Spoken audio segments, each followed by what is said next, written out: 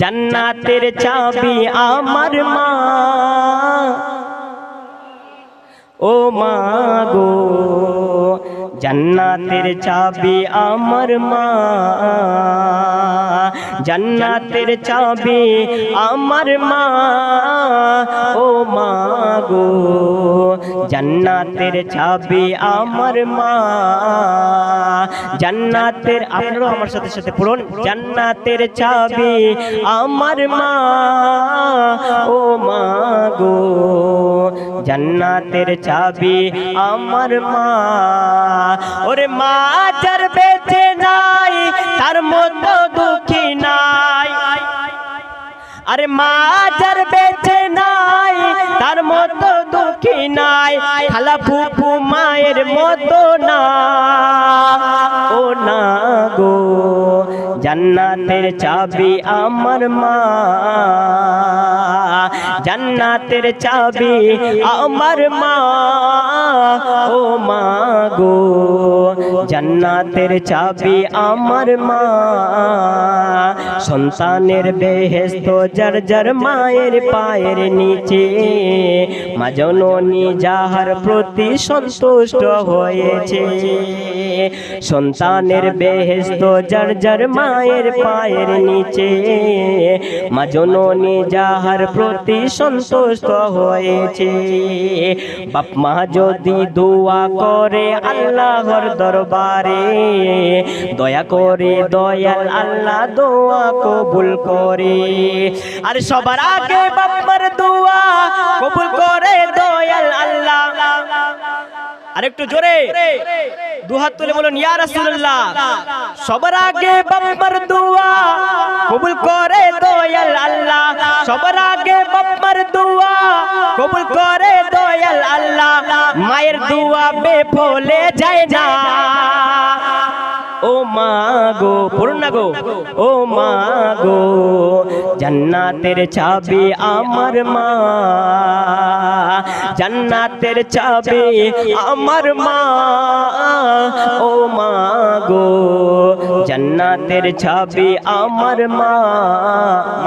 কোরআন শরীফের মধ্যে আছে ফালাম্মা বালাগা মাআহু সায়া ক্বালা ইয়া বুনাইয়া ইন্নী আরা ফিল মানামি আন্নী আযবাহুকা ফানজুর ইযা মা তারা ক্বালা ইয়া আবাতি ফাল ফাতুমারু সাজিদুনি ইনশাআল্লাহু মিনাস সাবিরিন। ও আমার বাবাজি ভাইরা, পারা নম্বর হলো 23, রুকু নম্বর হলো 7 মধ্যে আল্লাহ তাবারক ওয়া তাআলা গণনা করেছেন হযরতে ইব্রাহিম আলাইহিস সালামকে পরীক্ষা নেওয়ার জন্য। বাবা পরীক্ষা নেওয়ার জন্য হযরতে ইব্রাহিম আলাইহিস সালামকে যেন পরীক্ষা নেওয়ার জন্য একটা স্বপ্ন দেখালেন। স্বপ্নতে দেখালেন যে এই ইব্রাহিম তুমি তোমার ছেলেকে কুরবানি করো। বাবাজি ভাইরা, হযরতে ইব্রাহিম আলাইহিস সালাম নিজের ছেলের কাছে যেন চলে গেছে। বাবা যাওয়ার পরে বলতেছে ওগো আমার ছেলে, ওগো আমার কলিজার টুকরা সন্তান, আমি যেন স্বপ্নতে দেখেছি বেটা, আমি যেন তোমাকে কুরবানি করতেছি, তুমি কি তাতে রাজি আছো? হযরতে ইসমাঈল আলাইহিস সালাম বলতেছেন ফাতুমারু সাজিদুনি ইনশাআল্লাহু মিনাস সাবিরিন।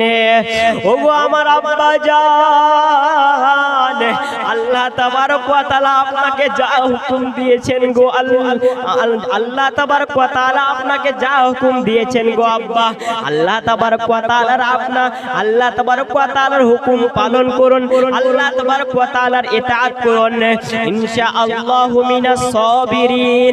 আপনি আমাকে ধৈর্যশীল পাবেন। ও বিরাদার মিল্লাত ইসলামিয়া,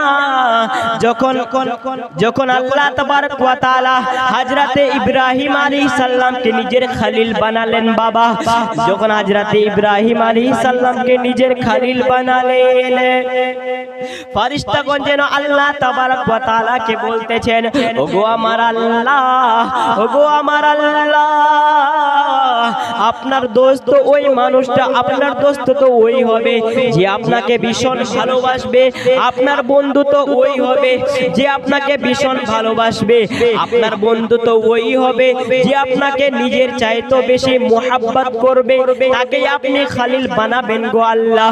কিন্তু হযরতে ইব্রাহিম আলাইহিস সালামকে আপনি কেমন করে খলিল বানালেন গো আল্লাহ? হযরতে ইব্রাহিম আলাইহিস সালাম নিজের সন্তানকে ভীষণ ভালোবাসে। তো আল্লাহ তাবারক ওয়া তাআলা ফেরেশতাগণকে বললেন, ও আমার ফেরেশতারা, তোমরা কি দেখতে চাও হযরত ইসমাঈল আলাইহিস সালাম, হযরত ইব্রাহিম আলাইহিস সালাম আমাকে কতটা ভালোবাসে? তো ফেরেশতাগণ বললেন, জি হ্যাঁ, আমরা দেখতে চাই। তারপরে বাবাজি, বন্ধুগণ, বেরাদার মিল্লাত ইসলামিয়া, আল্লাহ তাবারক ওয়া তাআলার ওয়ার্ডারে, আল্লাহ তাবারক ওয়া তাআলার হুকুমে ওই ফেরেশতা যেন হযরত ইব্রাহিম আলাইহিস সালামের স্বপ্নের মধ্যে যেন চলে গেলেন বাবা। স্বপ্নের মধ্যে যাওয়ার পরে হযরত ইব্রাহিম আলাইহিস সালামকে বলতেছেন, এই ইব্রাহিম, তুমি যেন কুরবানি করো। সকাল হয়ে গেল বাবা, হযরত ইব্রাহিম আলাইহিস সালাম যেন 100 উটকে কুরবানি করে দিলেন। জোরে বলুন, দুহাত তুলে বলুন, আর একটু আস্তে বলুন। আস্তে বলতে বললাম তো আস্তে বলবেন, জোরে বলুন সুবহানাল্লাহ। ও বেরাদার মিল্লাতে ইসলামিয়া, তারপরে বাবা আবার যেন হযরত ইব্রাহিম আলাইহিস সালাম যেন খাওয়া দাওয়া সারার পরে যেন আবার যেন বিছানার মধ্যে ঘুমিয়ে পড়েছে বাবা। বিছানার মধ্যে যেমনই ঘুমিয়ে পড়েছে, আবার যেন স্বপ্নতে দেখতেছে ওই ফেরেশতা যেন আবার স্বপ্নের মধ্যে চলে এসেছে বাবা। স্বপ্নের মধ্যে আসার পরে স্বপ্নের মধ্যে বলতেছে, ও ইব্রাহিম, তোমার কুরবানি হয় নাই, তুমি আবার কুরবানি করো। জোরে বলুন।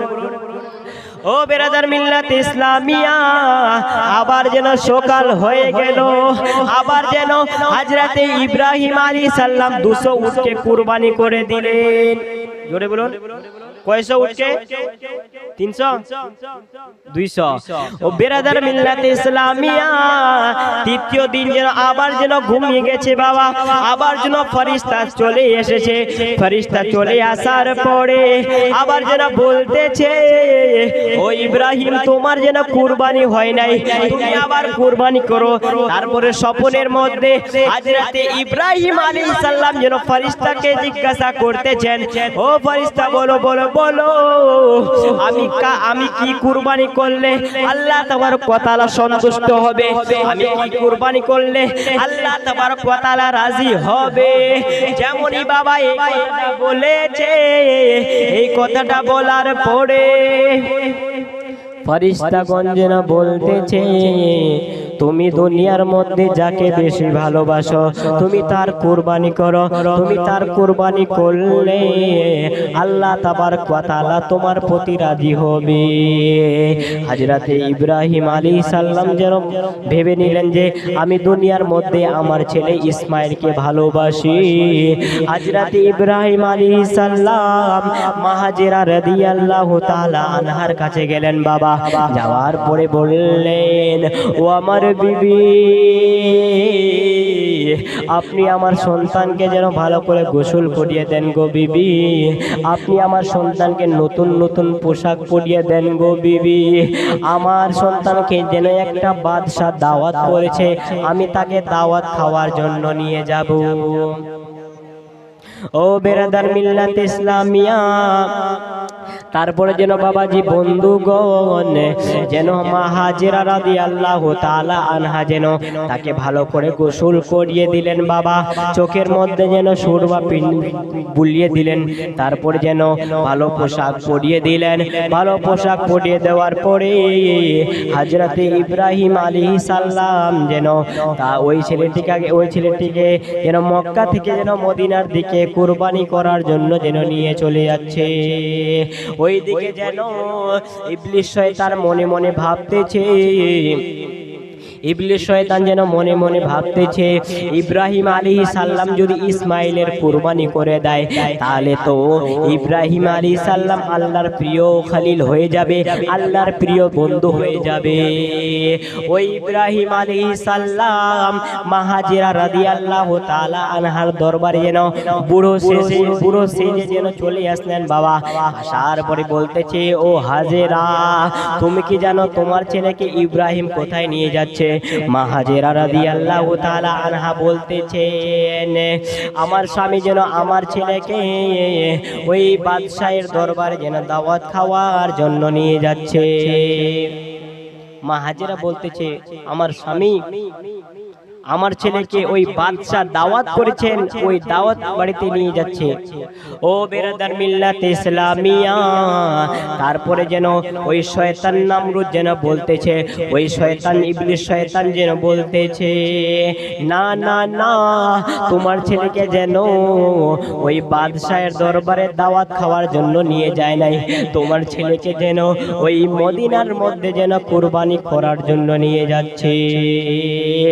মা হাজেরা রাদিয়াল্লাহু তাআলা আনহা বলতেছে একটা ছেলে একটা বাপ একটা ছেলেকে কখনো কুরবানি করতে পারে না, তুমি কি পাগল হয়ে গেছো? একটা বাপ একটা ছেলেকে কুরবানি করতে পারে না, তুমি মনে হয় ভালো লোক নও, তুমি মনে হয় ইবলিস শয়তান। তারপরে যেন ওই শয়তান ইবলিস যেন বলতেছে ওগো হাজেরা শোনো শোনো শোনো গো হাজেরা, আল্লাহর ওয়ার্ডারে আল্লাহর হুকুমে স্বপ্নের মধ্যে যেন আল্লাহ তাবারক ওয়া তাআলা বলেছিল তুমি তোমার সন্তানকে যেন কুরবানি করো। যেমনই বাবা এই কথাটা বলেছে, এই কথাটা বলার পরে মা হাজেরা রাদিয়াল্লাহু তাআলা আনহা বলতেছে আল্লাহ তাবারক ওয়া তাআলা যদি আমাকে 100টা ইসমাইল দেয় আর আল্লাহ তাবারক ওয়া তাআলা যদি বলে ও হাজেরা তুমি তোমার 100টা ইসমাইলকে কুরবানি করো, আমি হাজেরা 100টা ইসমাইলকে কুরবানি করার জন্য রাজি আছি। জোরে বলুন সুবহানাল্লাহ। তাহলে বলুন মা হাজেরা রাদিয়াল্লাহু তাআলা আনহা আল্লাহ তাবারক ওয়া তাআলাকে কত ভালোবাসিছিলেন বেরাদার মুআজ্জাজ সামিন কিরাম।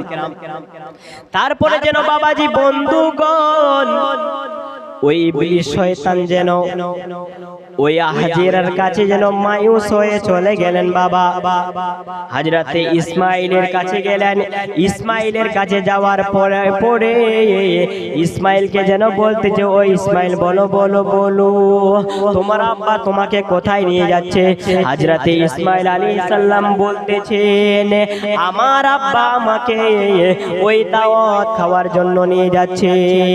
আবার যেন ইসমাইল আলাইহিস সালাম বলতেছে, আবার যেন ওই ইবলিস শয়তান বলতেছেন না না না তোমাকে তোমার আব্বা কুরবানি করার জন্য নিয়ে যাচ্ছে, তোমাকে তোমার আব্বা কুরবানি করার জন্য নিয়ে যাচ্ছে। আবার যেন হযরতে ইসমাইল আলাইহিস সালাম বলতেছেন না না না একটা বাপ নিজের ছেলেকে কুরবানি করতে পারে না। তারপরে যেন বাবাজি বন্ধুগণ আবার যেন ইবলিস শয়তান বলতেছে ওই রাতের সময় ফেরেশতা যেন তোমার আব্বার স্বপ্নের মধ্যে এসেছিল, তোমার আব্বার স্বপ্নের মধ্যে আসার পরে বলেছিল তোমার সন্তানকে তুমি কুরবানি করো, সেই জন্য তোমার আব্বা তোমাকে কুরবানি করতেছে।